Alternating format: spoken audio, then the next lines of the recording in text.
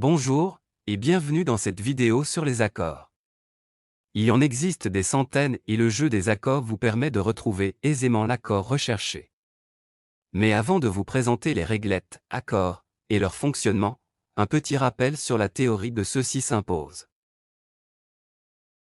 Un accord est un ensemble de minimum 3 sons harmoniques entendus simultanément. Il est cependant possible de rencontrer des accords à 4, 5, 6 sons et plus.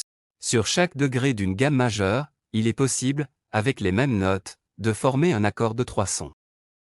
Partons de la gamme de Do majeur dont l'accord Do Mi Sol est issu. Il est composé de sa fondamentale, Do, de sa tierce, Mi, de sa quinte Sol. La note la plus grave de l'accord est aussi appelée basse. Cet accord peut se présenter sous différentes formes. Quelle que soit leur position, les notes gardent leur qualification. Do reste la fondamentale, Mi, la tierce et Sol, la quinte. Tant que Do reste la basse, note la plus grave de l'accord, celui-ci est considéré comme étant à l'état fondamental. Les autres notes de l'accord ne sont que des changements de position ou des doublures. Un accord de 3 sont composés d'une tierce majeure et d'une quinte juste est appelé accord parfait majeur. Dans notre exemple, l'accord Do Mi Sol, Do étant à la basse, nous avons donc l'accord parfait majeur de Do. Lorsque Sol est la fondamentale, nous avons l'accord parfait majeur de Sol. Enfin, lorsque la tierce est mineure et la quinte juste avec Do à la basse, nous obtenons l'accord parfait mineur de Do. Lorsque la fondamentale perd sa fonction de basse au profit de la tierce, l'accord est appelé premier renversement. L'intervalle entre la basse Mi et la fondamentale Do, à l'octave supérieure, nous donne un accord de sixte, qui peut également se présenter sous différentes formes. Lorsque la quinte devient la basse, nous obtenons le deuxième renversement de Do majeur. Vu les intervalles de sixte écart entre la basse et les deux autres notes de cet accord, celui-ci prend le nom d'accord de sixte écart.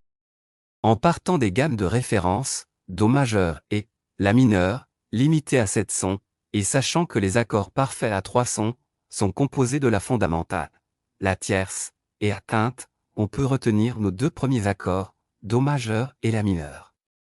En y ajoutant une septième majeure appartenant aux gammes respectives, nous obtenons les accords à 4 sons, de Do majeur majeur 7 et La mineur majeur 7. Cette septième pouvant également être mineure, nous obtenons les accords de dominante, Do septième et La mineur septième. Les quintes quant à elles peuvent être diminuées ou augmentées. Le dernier accord possible est l'accord diminué, soit la fondamentale, sa tierce mineure avec sa quinte et sa septième diminuée. Telles sont les possibilités exhaustives d'accords de 3 et 4 sons, soit 19 accords. Tout accord créé sur le degré 1 d'une gamme, et donc sa tonique, porte comme nom, le ton de cette même gamme. Par exemple, le pointeur placé sur Do nous donne tous les accords de Do, et sur Sol, tous les accords de Sol. Pour trouver le nom d'un accord, il suffit donc de remplacer le degré 1, en marge de l'accord, par la note désignée par le pointeur de la réglette. La réglette accord 1 placée sur les 12 notes de la gamme nous donne donc déjà 228 accords. Elle vous donne également les différents renversements d'accords avec leur chiffrage. La réglette accord 2 reprend de la même façon les accords majeurs et mineurs à 5 sons, soit les accords de neuvième.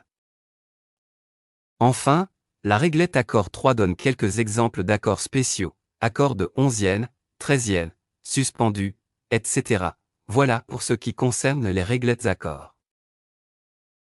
Mais tous les accords ne se ressemblent pas. Certains sont simples, d'autres plus chargés, plus ouverts, plus étranges. C'est cette diversité qui permet à chaque morceau de musique d'avoir sa personnalité. Et, pour savoir quand les utiliser, rendez-vous dans les vidéos Gamme et harmonie. Au revoir, et à bientôt dans les autres vidéos.